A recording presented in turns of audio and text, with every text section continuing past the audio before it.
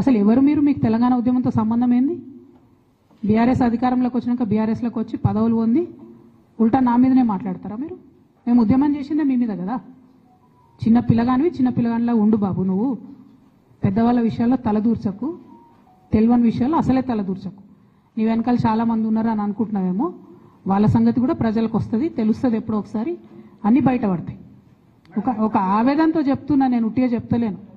రాజకీయం చేయొచ్చు, కానీ ఇంత నీచంగా ఒక ఇంటి ఆడబిడ్డ మీద ఇటువంటి మాటలు మీరే అనిపించి స్పందించకుండా ఉంటారా? తెలంగాణ ప్రజలు ఊరుకోరు, నేను చెప్తున్నా.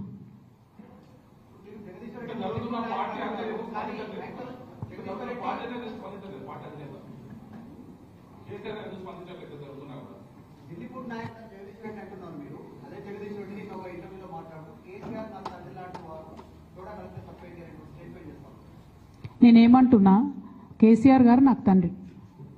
వారికి నేను అంతరంగికంగా రాసినటువంటి ఉత్తరాన్ని బయటపెట్టి మొత్తం పార్టీలో జరుగుతున్న అంశాలన్నీ బహిర్గతం చేసింది ఎవరు? ఇయాల ఆ అంశాలన్నీ బహిర్గతం చేసి నన్ను మాట్లాడడానికి ఫోర్స్ చేసి ఇప్పుడు మళ్ళీ దాని చుట్టూ ఇట్లాంటి డ్రామాలు ఆడుతున్నటువంటి వాళ్ళు ఎవరు?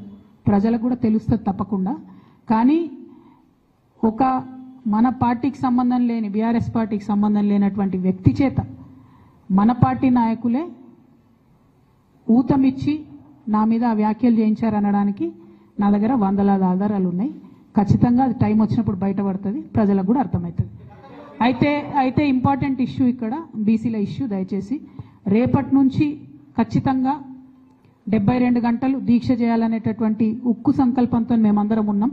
ప్రభుత్వాన్ని మళ్ళీ రిక్వెస్ట్ చేస్తూ ఉన్నాం, మీరు మాకు మా బాధను చెప్పుకునే అవకాశం ఇవ్వండి. మీరు కాంగ్రెస్ అంటే బీజేపీ, బీజేపీ అంటే కాంగ్రెస్ అని తూకిత్తా అని చెప్పి బీసీలకు అన్యాయం చేసే ప్రయత్నం దయచేసి చేయకండి. మాకు 72 గంటలు మాట్లాడే అవకాశం ఇవ్వండి. మేము అక్కడ కూర్చొని సత్యాగ్రహం చేస్తాం, మా బాధలు చెప్పుకుంటాం. అంతకుమించి మేము చేసేది ఏం లేదు. దానివల్ల కేంద్ర ప్రభుత్వంలో కదలిక వస్తే శాశ్వతంగా మన ముందు తరాల బీసీ బిడ్డలకు అందరికి కూడా లాభం జరుగుతుంది. ఆ అంశాలని దృష్టిలో పెట్టవలసింది నేను కోరుతా ఉన్నాను. అట్లానే నిన్నగాక మొన్న నా మీద విచిత్రమైన వ్యాఖ్యలు చేసినటువంటి వ్యక్తి కూడా రాష్ట్ర వ్యాప్తంగా ఉన్న నాయి బ్రాహ్మణులను కించపరిచే విధంగా మాట్లాడితే అన్ని జిల్లాల్లో ఉన్న నాయి బ్రాహ్మణ సోదరులు కూడా ఇలా అగ్గి రగులుతున్నటువంటి సంగతి కూడా మీకు తెలుసు. వాళ్ళు కూడా ముందుకు వస్తారు. రేపటి నాడు దీక్షల్లో కూడా వాళ్ళందరినీ కూడా పెద్ద ఎత్తున పాల్గొనేలాగా మేము ప్రోద్బలం చేస్తూ ఉన్నాము. అల్టిమేట్గా ప్రజాస్వామ్యంలో చాలా డీసెంట్గా మా నిరసన తెలియజేస్తాము. దానికి అవకాశం ఇవ్వాల్సిందిగా మళ్ళొకసారి డీజీపీ గారికి, ప్రభుత్వానికి నేను విజ్ఞప్తి చేస్తాను.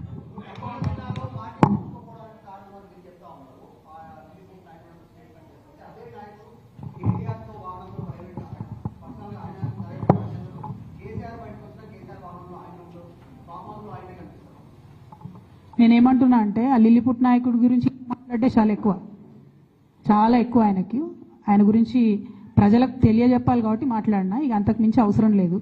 ఆ విషయంలో టైంకి ఖచ్చితంగా పార్టీ అధిష్టానం స్పందిస్తుందని చెప్పి నేను భావిస్తున్నాను. Thank you. Exactly, thank you. CM Ramesh గారు ఎందుకు మాట్లాడారో నాకు తెలియదు. సీఎం రమేష్ గారిని మాట్లాడించడానికే ఈ లేఖ లీక్ చేసిందేమో కూడా నాకు తెలియదు. ఇవన్నీ కంబైన్డ్ అయి ఉండొచ్చు.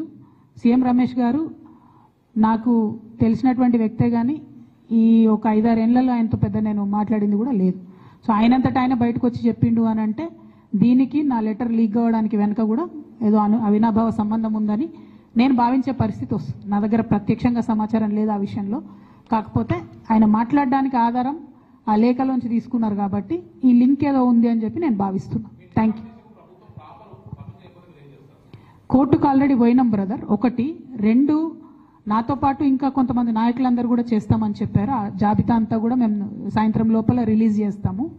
దాంతోపాటు ఒకవేళ కోర్టు పర్మిషన్ ఇవ్వకపోతే, ప్రభుత్వం పర్మిషన్ ఇవ్వకపోతే నన్ను ఎక్కడ ఉంచితే అక్కడ, అవసరమైతే ఇక్కడనే కూర్చొనైనా దీక్ష కంటిన్యూ చేస్తా. అందులో ఏం అనుమానం లేదు.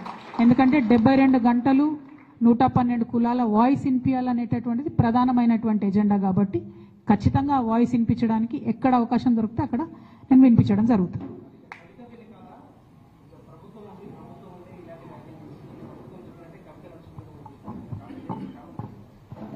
నేను అదే అంటున్నానే, మ్యాచ్ ఫిక్సింగ్ వాళ్ళకు అలవాటు, ఉద్యమంలో ద్రోహం చేసింది వాళ్ళకు అలవాటు. మేము ఉద్యమాలు చేసి బతుకమ్మలు ఎత్తుకొని పోతుంటే ఆనాడు మమ్మల్ని బంధించింది వాళ్ళు, అధికారం రాగానే ఈ పార్టీలకు వచ్చి పదవులు అనుభవించింది వాళ్ళు. ఇవాళ వాళ్ళు తిరిగి వేరెత్తి చూపించి మాలాంటి వాళ్ళ మీద మాట్లాడుతున్నారంటే నిజంగా కూడా ఇలా బాధపడుతున్న తెలంగాణ ఉద్యమకారులు ఎవరి వల్ల బాధపడుతున్నారు? ఈసొంటోళ్ళకి పదవులు ఇచ్చుడు వల్లనే బాధపడుతున్నారు. కాబట్టి నేను